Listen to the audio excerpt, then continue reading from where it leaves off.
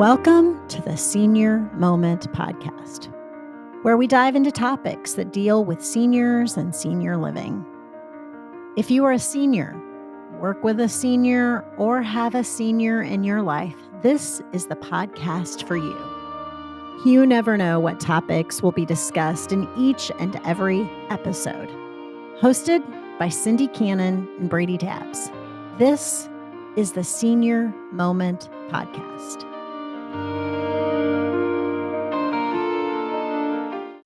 We are excited to have Kate Busher from Anderson Rehabilitation Institute with us today.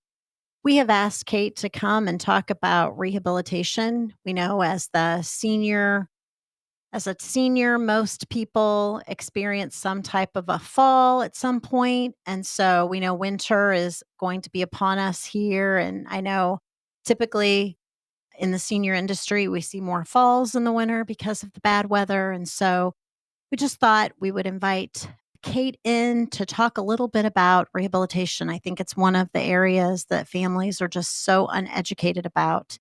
And so, Kate, start off and just tell us a little bit about who you are and what you do. Thank you so much for having me today. My name is Kate Busher. I'm a clinical liaison for Anderson Rehabilitation Institute. My background is in occupational therapy. I've worked in hospitals and I've worked at rehab hospitals as well, working with older adults, trying to get them as independent as possible to be able to get back home.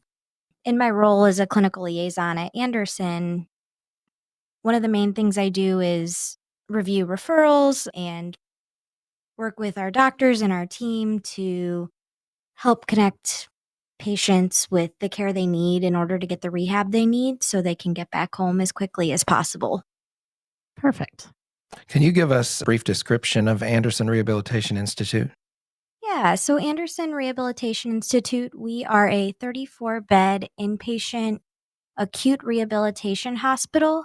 We're dedicated to the treatment and recovery of individuals who have experienced falls or significant trauma or different illness or injury that leaves them in a place where they're not as independent as they would like to be. A lot of times we see people after they've had a fall in this season, especially on the ice, but things like strokes, amputations, spinal cord injuries, these are things that have had a significant impact on somebody's quality of life, and they might need some rehab to get back to it. And don't you think really a lot of people just they're not thinking ahead. It just happens and here they are, in a hospital and now we've got to make a decision and they're just uneducated and they may have to make it pretty quickly. Don't you agree? Correct, definitely. Nobody wants to think something like this is going to happen to them, and they might be in a spot where they can't return home. And it does happen pretty quickly a lot of the times. Just a couple days in the hospital and doctors are already talking about discharge, and you're realizing that you're not moving as well as you need to be able to return home by yourself. You can't get out of bed by yourself. You can't walk or do stairs. So it's good to kind of at least know what rehab options are available in your neighborhood or in your community. So that way, if something like this does happen, you're ready, you're prepared. And I think being able to go somewhere local is important because then your family and your friends are going to be able to come see you. Where if you go to a rehabilitation unit that is much farther away, the likelihood of family being able to come and visit regularly could be more difficult, right? Oh, yeah. So Anderson Rehabilitation, we're located in Edwardsville, Illinois.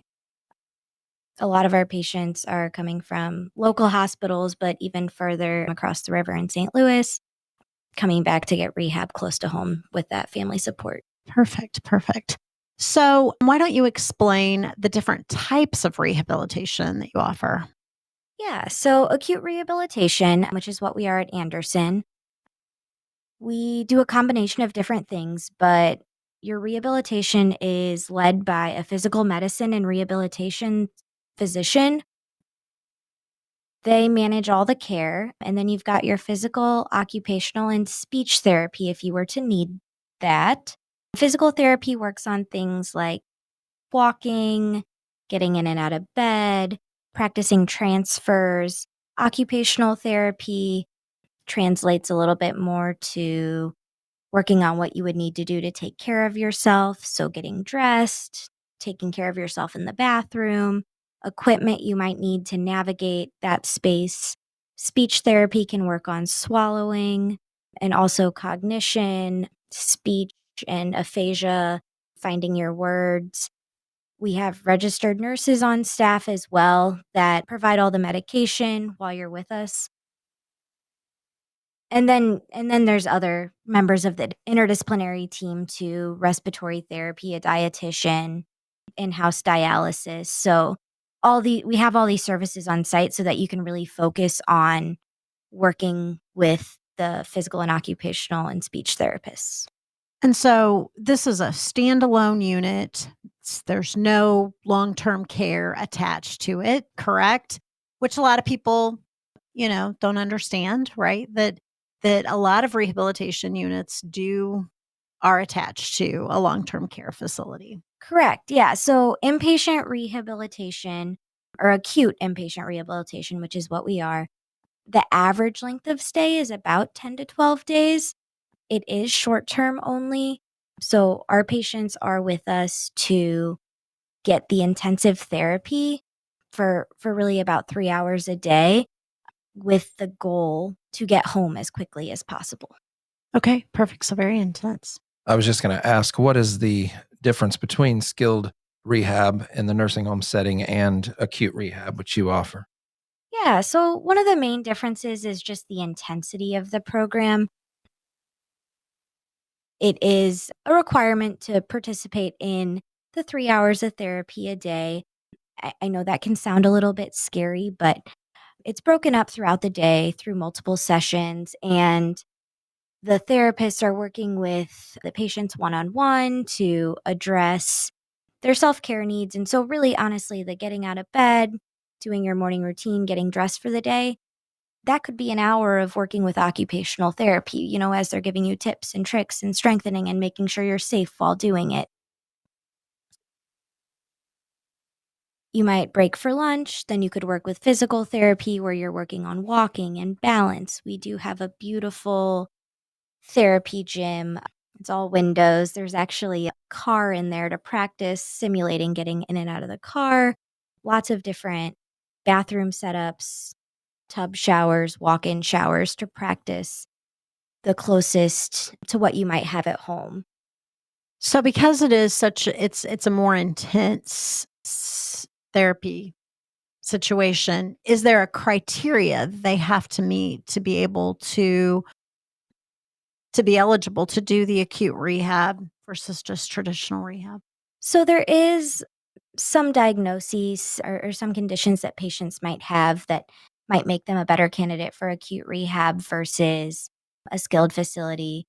One of the things we really look at is how people were doing before their accident or injury or whatever brought them to the hospital. Typically, patients that come to us have been pretty independent at home, able to care for themselves, walking without assistance, maybe taking care of their house, their laundry, things like that. And then something has changed, requiring them to need rehab. So, So I, just primarily you look a lot on what their life looked like before the situation, right? And if they were pretty independent, then they're probably a good candidate for the program. correct, yes. Okay. And there is some insurance would need to approve inpatient rehab in lots of situations as well. And there needs to be a medical need as well. So our doctor is managing other comorbid conditions, whether that be diabetes or hypertension. A lot of these things are a lot of these diagnoses are found in addition to when patients have had strokes or falls with hip fractures, and something that we see a lot in our elderly population.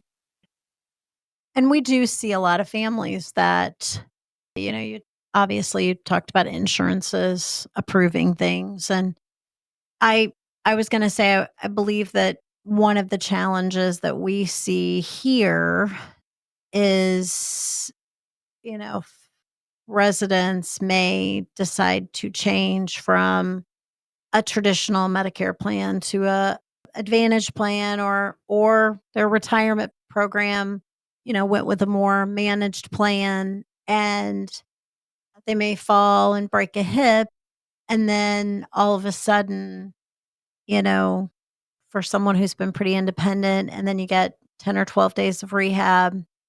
And then we a lot of times are hearing from the children who do not understand why mom cannot have rehab for 3 months.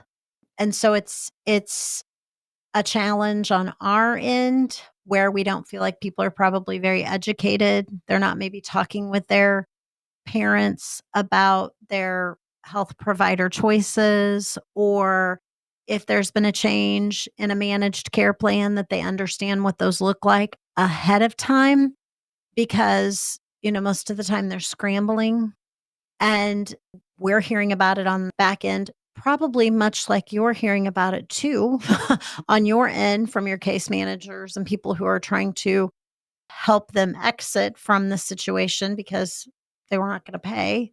So it's different. You know, it's interesting. You were talking about people don't expect or plan to go to rehabilitation, right? Same thing with my parents. They had never planned, they think they're all going to live forever. They think it's all going to, I'm going to just one day decide to lay down and go to sleep and not wake up. And that's not necessarily how the journey always looks, right? And so I worked in the industry, so it was a whole different ballgame. But I do remember my brother saying a couple of different times to people, like, I don't know where we would have ended up if my sister did not work in the industry. And so, I think that's important that families know that they need to kind of check these places out so they in their mind have an idea what's available to them and what that looks like. Because again, most of the time there's been a tragedy or something drastic, right? A fall happens quickly, a stroke, no one plans that, right? And then you're in the hospital for a couple of days, insurance is going, get them out for inpatient, right? And now someone from the hospital is meeting with us and they've given us a list of a couple places, and we're gazed over in the eyes. We're not even processing, haven't completely processed what has happened in the last 3 or 4 days. And now they're telling me I have to move my parents somewhere or my loved one somewhere. And I have no idea. Like it's almost like Russian roulette, right? Pick. And so I think, you know, obviously there's a difference between acute rehab and skilled. And people need to understand expectations need to be understood a little bit, right? So I think, again, we've seen residents here that we would say, people for can't see me, but I'm doing the hand waving, you know, 3 hours of rehab a day for them may not be doable, you know? But then I can give you a whole list of super active people that would be like 3 hours is a breeze, right? So I think expectations probably, or at least understanding those, right? And there's a big difference between Medicare and managed cares too. I mean, in our business, which can be a shock to the family, the resident and the patient, the family and everybody. And they also need to be on the same page with that. A lot of parents, or a lot of children don't know what mom or dad signed up for. Well, I was going to say, I remember Brady, I remember my mom getting incessive phone calls.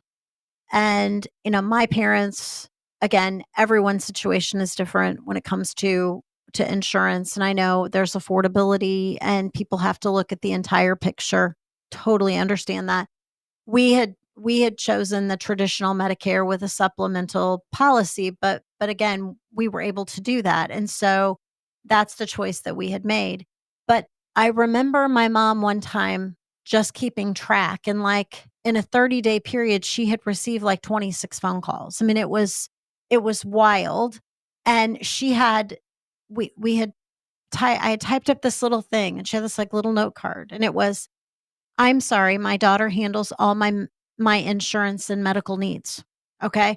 And it didn't matter. They keep calling back, and that is what she stated to them every time. I started just blocking numbers. I mean, it just got ridiculous. But again, I think most of the time what happens is these insurance companies are calling and they're talking with a senior, and they're not really explaining at all, and they agree to switch or they agree to change, and the children have no idea, and then something happens, and now Kate, they're like, "What? She can only have so many days?" And they just don't know. Well, and like you said, the term rehab is used a lot in this industry, and rehab can look a lot of different ways, and there's a lot of nuances to different types of rehab. Rehab at a skilled nursing facility versus acute inpatient rehab, which is what we are, versus rehab at home. So just it there there can be a big situation or a quick decision that needs to be made when something tragic and quick and severe has happened, but having the tools and knowledge that there are these different resources in your community and knowing what you might need at that time, and listening to what the doctors and therapists are telling you in an inpatient setting and kind of starting there as a jumping off point can really help you get to where you need to go to fully recover. Absolutely. I think, and it's one of the reasons that we started doing this was because we just encountered so many situations where people were, hopefully we can just give them a little bit of education, a little bit of knowledge before the situation happens. And I just encourage people to do their homework, to, stop by and visit some facilities. And if you have a loved one in your life, at some point, there's probably going to be some type of rehabilitation stay. And you're right. The industry loves the word rehabilitation. We love it. We're going to help you get back, and that is what everybody's goal is to get them back to be independent. Independent living here, we want the same thing. We want them to be able to come back and have a life that is fulfilled, and they are independent and still able to provide care for themselves. Absolutely. Okay, I've jumped all over the place. Sorry, Brady. I'll let you go with the next one. Sorry. Oh, you're all right. What is the biggest misconception about rehab centers? Well, we were talking a little bit about the intensity of our program and the 3 hours. I know that can sound a little bit daunting, but there are things that our staff and our program does to make it reasonable for most everybody. So if patients were living on their own and their goal is to get back home, there are things we can do with a modified schedule, taking rest breaks. It's not straight 3 hours of being up on your feet like running a marathon. It's little chunks of your routine that you would need to do throughout the day. So really when I'm reviewing a referral and looking at a patient who might be a candidate for our program,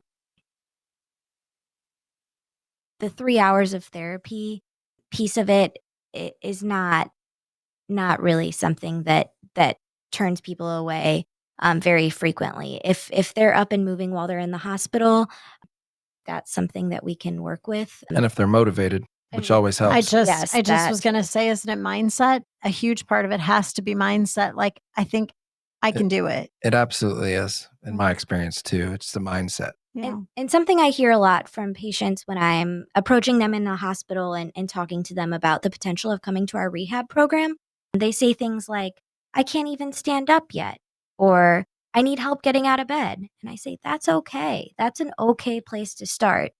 You wouldn't be talking about coming to rehab or thinking you needed this if you were moving around on your own. So that's kind of what I tell people going in, and I say our therapists are going to work with you to get you back to what you need to do to be successful and safe at home.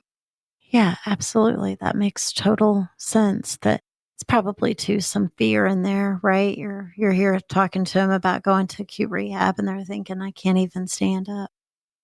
And so how can I do rehab when I can't? But that's part of it is getting you to stand. You got to start somewhere, right?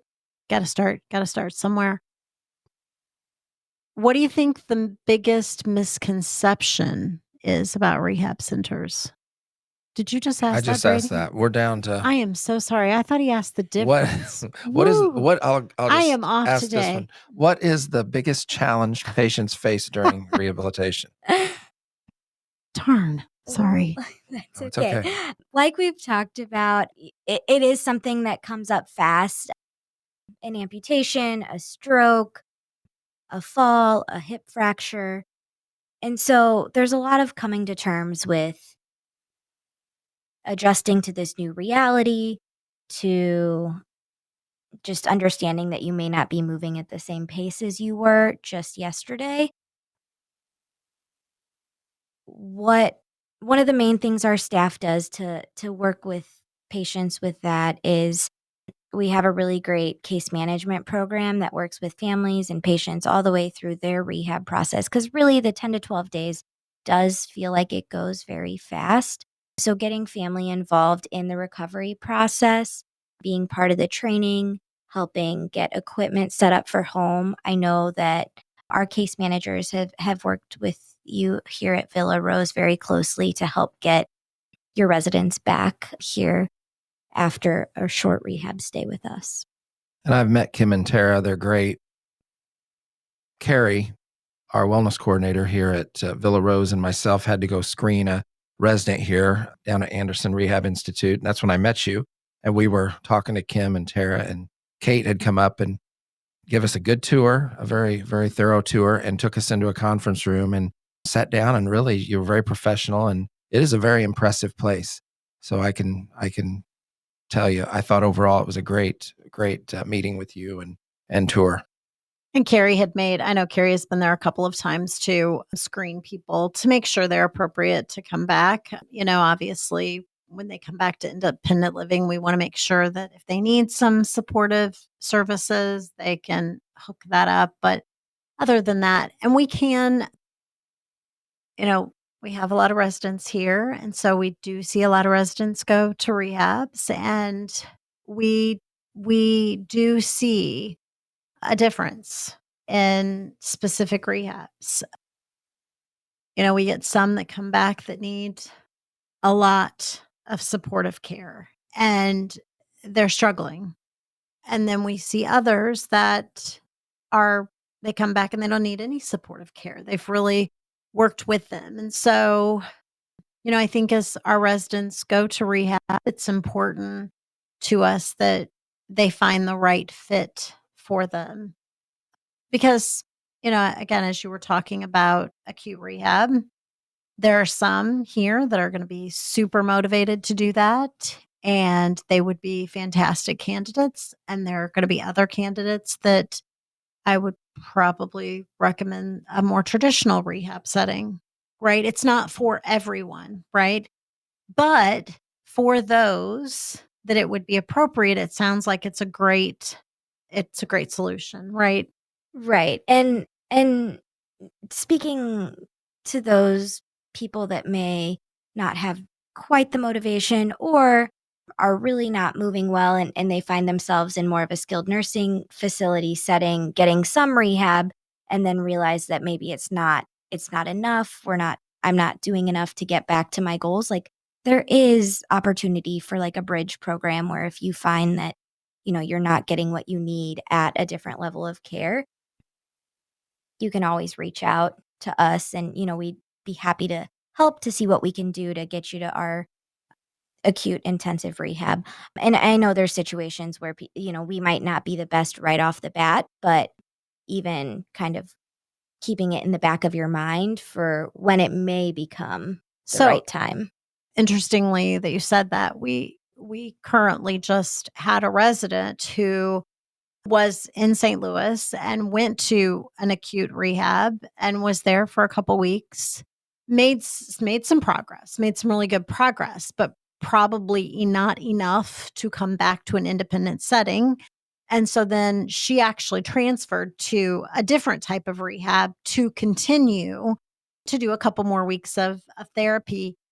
And I thought that was a great solution. Like, she did go and got some intense therapy and really worked at it and made some great strides, but probably not enough to land her home, but close. And so, now we're working with the other rehab to get her back here, but she's doing great. And so, right, so just because it goes and it doesn't work out doesn't mean all is lost, right? So there is possibly an option if it doesn't, if you're not ready to go and you need another.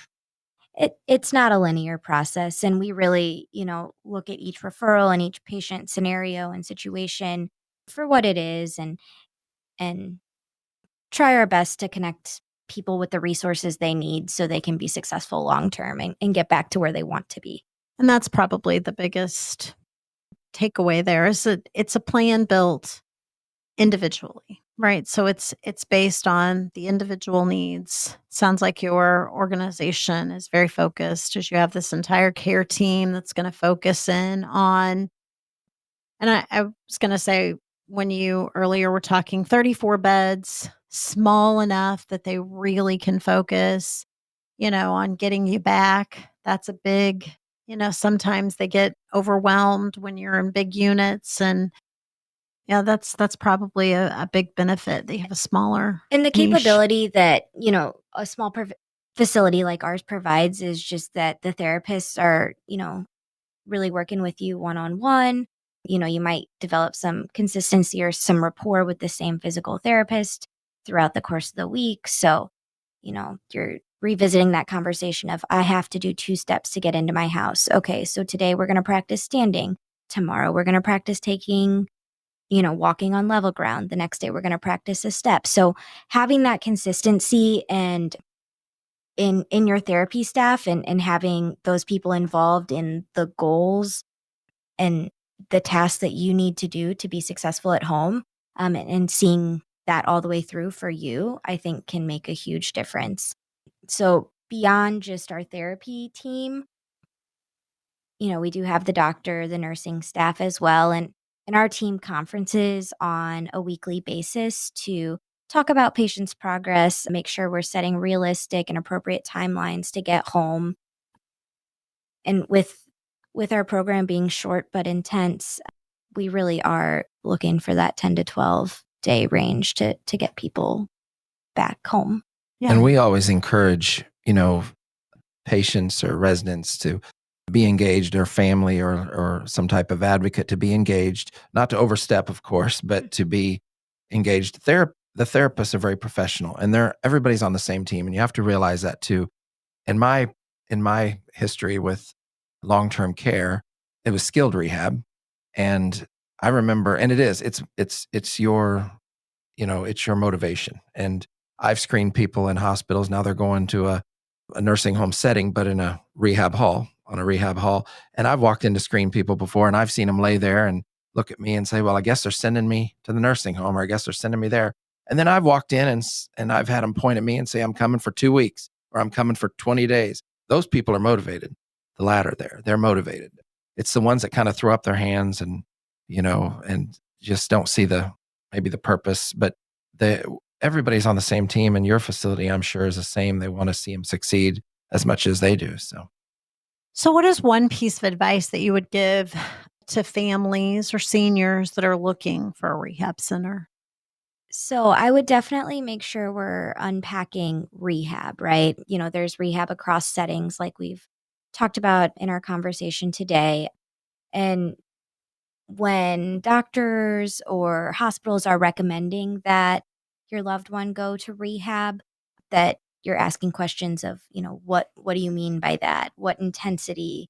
And from there you're able to narrow down, like, okay, this is my handful of skilled facilities I'm looking at. This is my list of acute rehabs I'm looking at.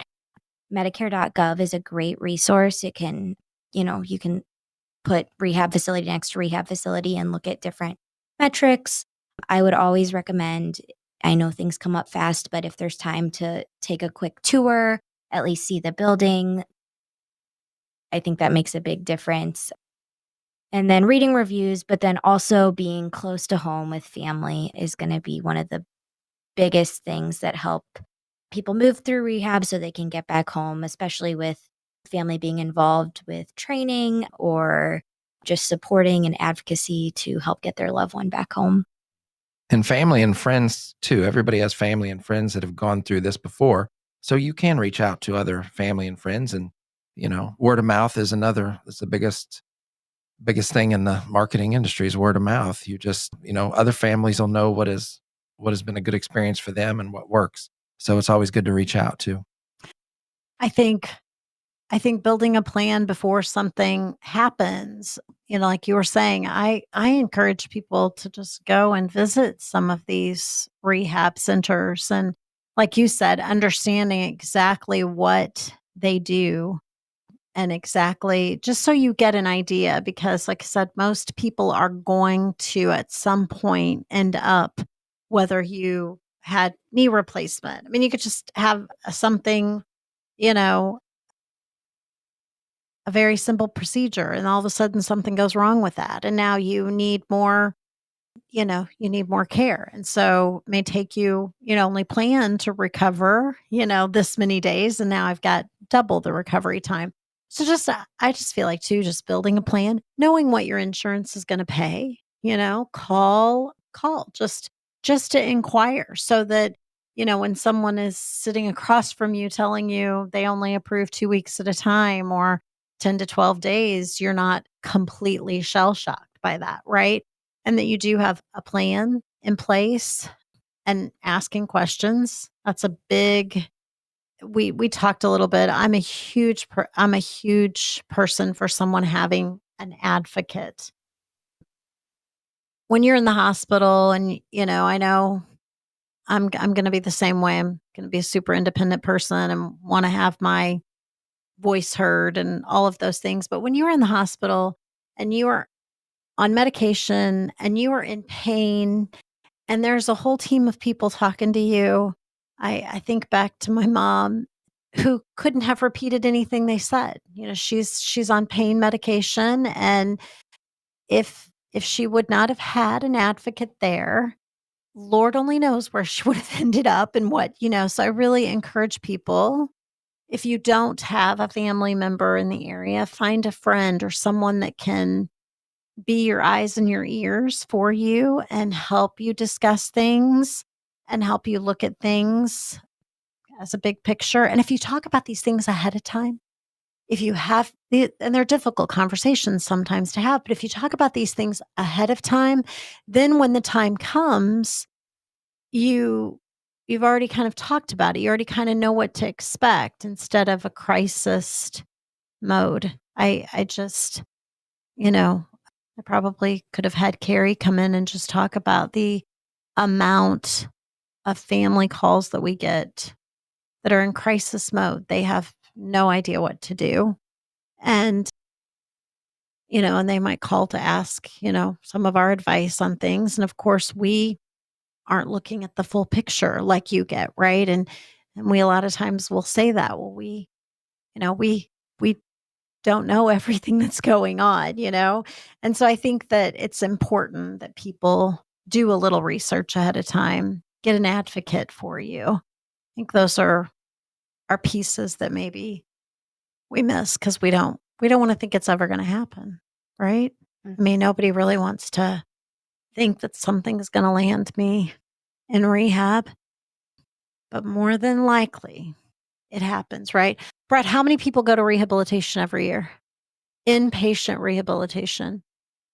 He's going to Google it for us. You're going to have to do inpatient rehabilitation let's just look at Illinois, every year in Illinois. Oh, that's interesting.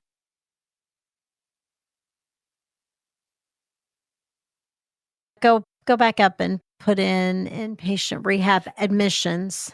Just add admissions. I was going to ask you too, when we had talked a couple months ago, you had mentioned, maybe you could explain a little bit more about this, is there was 4 other liaisons like yourself, 5 total, and you cover, could you just explain like what areas you cover? Yeah. So the St. Louis area and the Metro East Illinois area as well, there's a lot of hospitals that provide great care, but a lot of times patients get shuffled around from a hospital in Illinois over to the St. Louis side. And so there's 5 of us liaisons on my team that work throughout the area to bring patients back to get rehab at Anderson, close to home. So really, I mean, about half of our patients do come from the St. Louis side in the sense that they're from close and local to this area, but have ended up over there getting some specialized care. So that's something that we do see pretty frequently.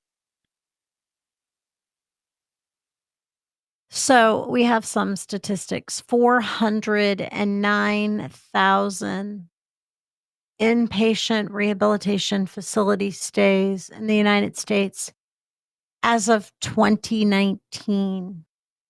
And we probably have seen an uptick because they're not wanting to pay for hospital I stays. say people are moving out of the hospital faster and faster. Absolutely. 409,000. Wow. That's interesting. It definitely hasn't gone down. No, no. I would he's gonna see if he can get some. No, 2019 would be probably the wow. Well, and I think we see more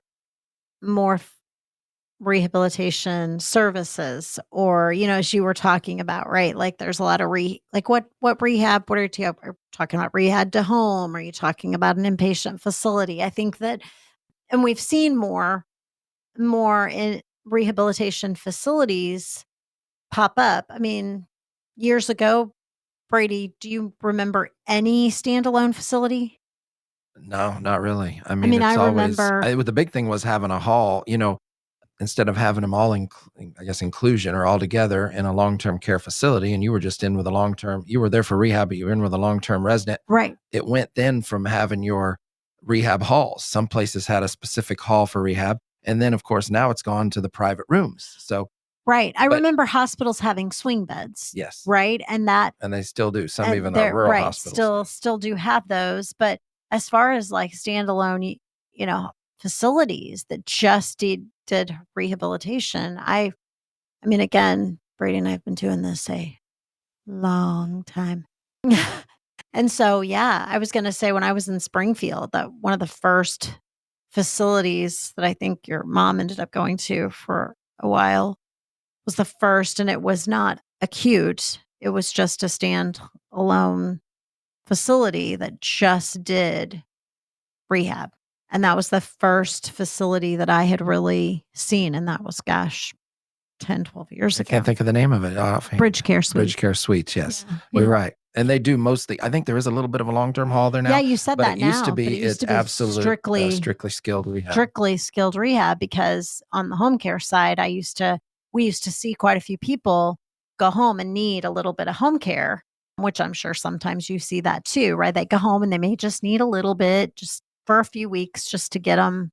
Oh, that's very normal for our case managers to set up some home care for patients when they do leave us. Right. Yeah. Because, and sometimes just for a short time, just, I can remember my mom coming home from rehab and just a little hesitant about showering and nobody being there if you've fallen. And even though, now they have the life alert buttons and all these things, there's just a little peace of mind, somebody being there, and those are just things that, again, things that if you've talked about, they've got these people that can sit down with you and help you build a plan to go home so that, Safely. right, safely, you're not leaving the hospital scrambling, right? Making sure you have the equipment you need at home, right? So I know we see that here quite often. Like it's one of the things that when Carrie goes out to assess, what do they need in their bathroom to safely be able to go to the bathroom, and they've got make sure they have grab bars and things in place that they need. Those things take time. They take time to put in place, and sometimes they're scrambled. Practice too. I mean, coming to a rehab facility like ours, we have all this equipment available to practice and see what might work for you and work in your environment, and then give your family and your advocates time to set your space and prepare for you to come home. So it Yeah. just kind of takes the scramble and the urgency out of things. Right, right, absolutely. I think and I hope to get out to see your facility. I know Brady has been there and has shared quite a bit, but I wanna see the car. I think the car is the coolest thing. When you told me that you have a car that they can try to get in and out of, like, there were some challenges in my day with my father getting him in and out of a car, and if he could have just practiced maybe a little more. Um, and so 'cause sometimes it is a challenge, like, people don't really think about those things, And just we getting also them in. have a room set up as an apartment as well, with a bed and a real bathtub in the bathroom. And that's, we call it the Activities of Daily Living Suite. And that's a great resource that our team uses as well. If a person's getting close to going home and is feeling a little bit on the fence of if they might be able to do it or not, practicing in a safe environment, still within our hospital, but in a place that looks a little bit more like home, can really give patients and families the confidence they need to be able to be successful at home. And just as you were saying that, activities of daily living, there are so many people that have no idea what that means, right? And most of the time, the industry is going to say ADLs. And, there are some people that are going to look at you like you have a couple of heads because they have no idea what that means, right? So, just things that you do every day, right? The dressing and grooming, and those are activities of daily living. And people don't, those are things you're going to measure and things you guys are going to look at and to help build a plan. Because if they need some assistance with those, then you're going to work on getting them back to where they can do those independently. Right. Yep.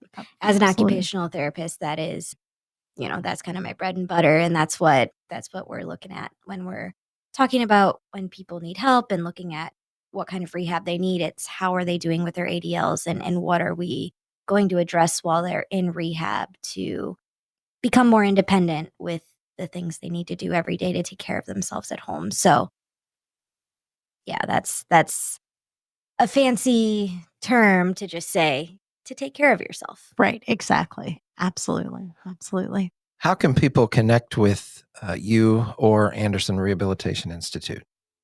You are always welcome to stop by our facility. We're located in Edwardsville. Our address is 3402 Anderson Healthcare Drive. They're 24-hour staff, they're nurses and patients. So definitely feel free to stop by. We also have a great website as well, andersonrehabinstitute.com. There is some awesome videos about what to expect in a day at rehab, talking through the different kinds of therapies that you would receive, the physical, occupational, and speech, a virtual tour as well. We are a pretty new facility that just opened a few years ago. So it is all private rooms and spacious, light equipment in the gym as well. So it's, I think really when you're thinking about rehab and all the options that are out there, being able to lay eyes on it and see what your loved one would be staying or getting into really can make you feel a little bit better about these tough decisions that need to be made sometimes. Absolutely. It's important that you know what the place looks like and what they're gonna be looking at every day, and, yeah, to help them. Helps with mindset, I think, really does. Anything else we'd like to jump in and talk about? I was gonna say it's such a big category with so many different avenues, and I was gonna say, how many years have you been with Anderson? I've been with Anderson about 3 years now. I mostly work on the St. Louis side, bringing patients and families back to rehab in the Edwardsville area. But my background is an occupational therapist, and I've been doing that for about 10 years. So Okay. Yeah, so I think that's important sometimes that you have someone who has that skill set that's then helping people get to the right place, right? So as you're being a liaison there, clinical liaison, that makes total sense that they're using someone with those skill set that is able to see things more clinically, right? Well, we want to really thank you, Kate, for coming in and taking the time to talk with us. Hope that people will reach out if they have any questions to you or your organization. I feel like it's a great resource in our area. And, not a lot of places, I think, have regional wise have access to an acute rehab. And it's really a good fit, I think, for specific people. And we're glad that we have access in our area to it, and we've seen great success from some of our residents that have been there, and we're glad to see it's in our area. So, thank you so much for coming today. We appreciate it. Thank you. All right. So, I guess we will wrap things up and tell everyone we appreciate listening and tuning in, and take care. Thank you for listening to the Senior Moment podcast. If you enjoyed this episode, we invite you to like, follow, and share wherever you listen to your favorite podcasts. We hope you'll join us next time. Take care, everybody.